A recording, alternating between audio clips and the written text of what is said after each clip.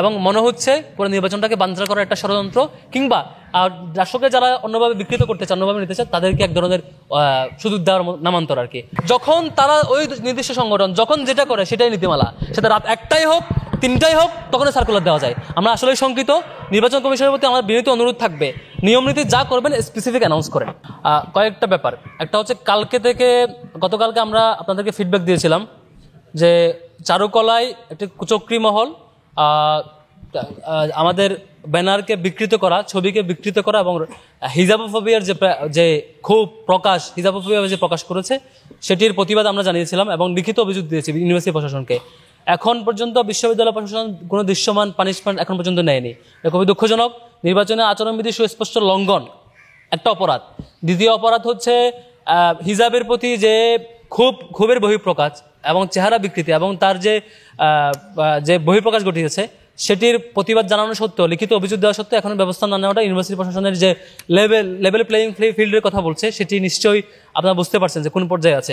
দ্বিতীয়ত আরেকটা বিষয় আপনাদের মধ্যে কনফিউশন তৈরি করেছে। আজকে ক্যাম্পাসে আমাদের কালকে যে কাঠের ফ্রেমে যে আমাদের ব্যানারগুলো ছিল, যে প্রচারণা ম্যাটেরিয়াল, সেগুলো এখন পক্টোরিয়াল টিম উঠিয়ে নিয়েছে। সেটি কেন, আমরা লাগিয়েছি কেন, এই প্রশ্নগুলো আসছে বারবার, সেটির একটু ক্লারিফিকেশন দরকার আছে। আমরা আচরণবিধি পড়ছিলাম, আচরণবিধিতে কনসার্ন ছিল যে বিশ্ববিদ্যালয়ের ওয়ালে, দেয়ালে, স্থাপনায়, গাছে বা অন্য কিছুর ক্ষতি হবে এবং গ্লো দিয়ে লাগানো, প্যারেক দিয়ে লাগানো বা হচ্ছে স্থাপনার কোনো ক্ষতি হবে সেখানে সাঁটানো, ব্যানার সাঁটানো, এগুলো নিষিদ্ধ। পরে আমরা নির্বাচন কমিশনকে আগের দিন ফোন দিয়ে বলেছিলাম যে আমরা কি এরকম পারবো কিনা, যে হচ্ছে ফ্রেমে লাগিয়ে ব্যানার লাগাতে পারবো কিনা, যেহেতু ইউনিভার্সিটি স্থাপনার ক্ষতি করবো না, আমরা নিজেরাই ফ্রেম বানাবো, ফ্রেমে স্ট্যান্ড বাই সেগুলো লাগাবো। তখন বলছিল যে হ্যাঁ তোমরা পারবা, আমাদের স্পষ্ট বলছে পারবা। এরপরে আমরা আমাদের সেই ক্ষুদ্র সক্ষমতায় ক্যাম্পাসে বিভিন্ন স্পটে আমাদের প্যানেলের পরিচিতি করানোর জন্য সেগুলো দিয়েছি। দেওয়ার পরে সারাদিন কোনো খোঁজখবর নাই।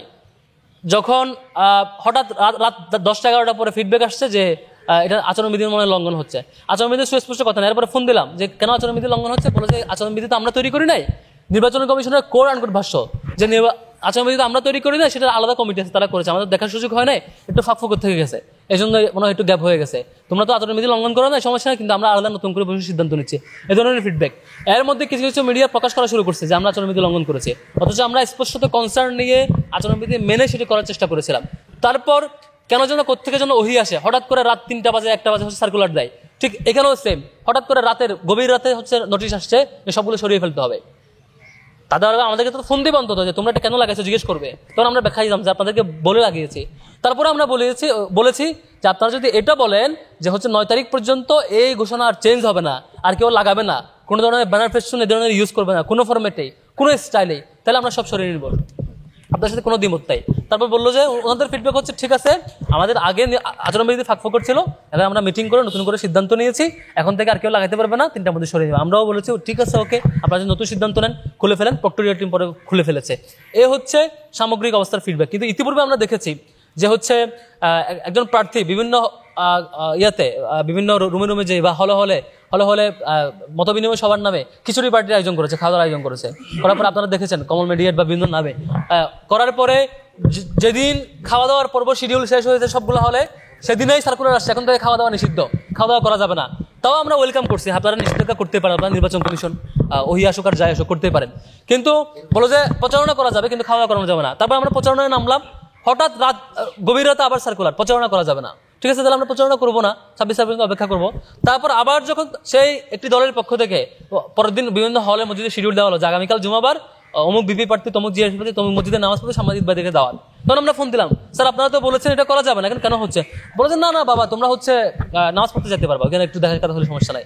অর্থাৎ যখন তারা ওই নির্দিষ্ট সংগঠন যখন যেটা করে সেটাই নীতিমালা, সেটা রাত 1টাই হোক 3টাই হোক, তখনই সার্কুলার দেওয়া যায়। আমরা আসলে শঙ্কিত। নির্বাচন কমিশনের প্রতি আমার বিনীত অনুরোধ থাকবে, নিয়ম নীতি যা করবেন স্পেসিফিক অ্যানাউন্স করেন যে এটা নীতিমালা, এটা এইভাবে, এটা আর কাস্টমাইজ ভার্সন হবে না, এটাই ফাইনাল।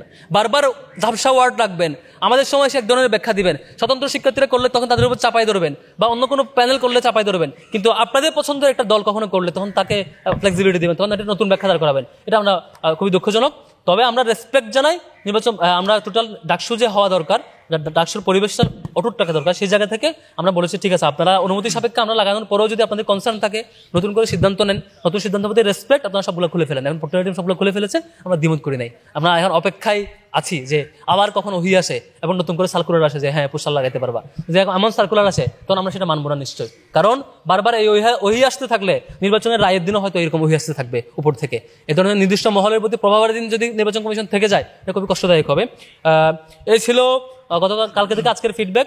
আপনারা জিজ্ঞেস করবেন নির্বাচন কমিশনকে কেন এখনো পর্যন্ত অপরাধীকে পানিশমেন্টের আওতা নিয়ে আসা হয় নাই, কেন নির্দিষ্ট ফুটেজ পাওয়া সত্ত্বেও আমরা ফুটেজ সার্কুলেট করেছি, একজন সেখানে ফুটেজ ধারণ করেছিল, তা সত্ত্বেও কেন তাদের নিজস্ব সিসিটিভি ক্যামেরা গেটের ক্যামেরা এখনো এক্সপোজ করে নাই, সামনে নিয়ে আসে না, মিডিয়াকে দেওয়া হয় নাই, কেন এখনো যাদেরকে ক্যামেরায় দেখা গেছে তাকে ধরা হয় নাই। এই বিষয়গুলো সন্দেহের উদ্বেগ তৈরি করে এবং মনে হচ্ছে পুরো নির্বাচনটাকে বানচাল করার একটা ষড়যন্ত্র, কিংবা দর্শককে যারা অন্যভাবে বিকৃত করতে চায়, অন্যভাবে নিতে চায় তাদেরকে এক ধরনের সুযোগ দেওয়ার নামান্তর আর কি।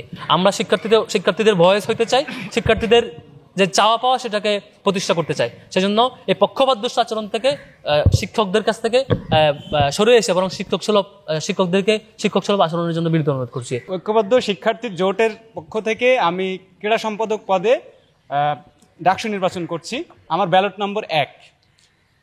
প্রথমেই আমি বলতে চাই যে হচ্ছে আমার বিগত 5 বছরের যে কার্যক্রম, আমি মূলত একজন অ্যাথলেট এবং খেলোয়াড়, বিশেষ করে জুডো এবং কারাতে খেলি এবং অন্যান্য খেলাধুলাও আমি করেছি।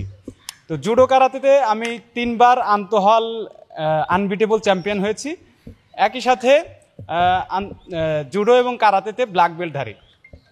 তো এইটার আলোকে আমি গত 3 বছর যাবৎ আমি প্রশিক্ষণ দিয়েছি। এরপরে অভ্যুত্থানে অংশগ্রহণ করেছি, এছাড়াও ফ্যাসিবাদ বিরোধী যত আন্দোলন ছিল আমি সরব থেকেছি। আপনারা জানেন যে 15ই জুলাই আমাদের ক্যাম্পাসে নারীদের উপরে কিভাবে হামলা করা হয়েছিল, এই জিনিসটা আমাকে নাড়া দিয়েছিল। তারই ধারাবাহিকতায় আমি মনে করেছি যে আমি সেলফ ডিফেন্স শেখাইতে পারি। তো আমি এইটাকে তো এটার আলোকে আমি যে পরিবর্তনগুলো আনতে চাই সেটা হচ্ছে আমাদের শারীরিক শিক্ষা কেন্দ্রে বা খেলাধুলার ক্ষেত্রে মেয়েদের অংশগ্রহণ একটু কমে গেছে।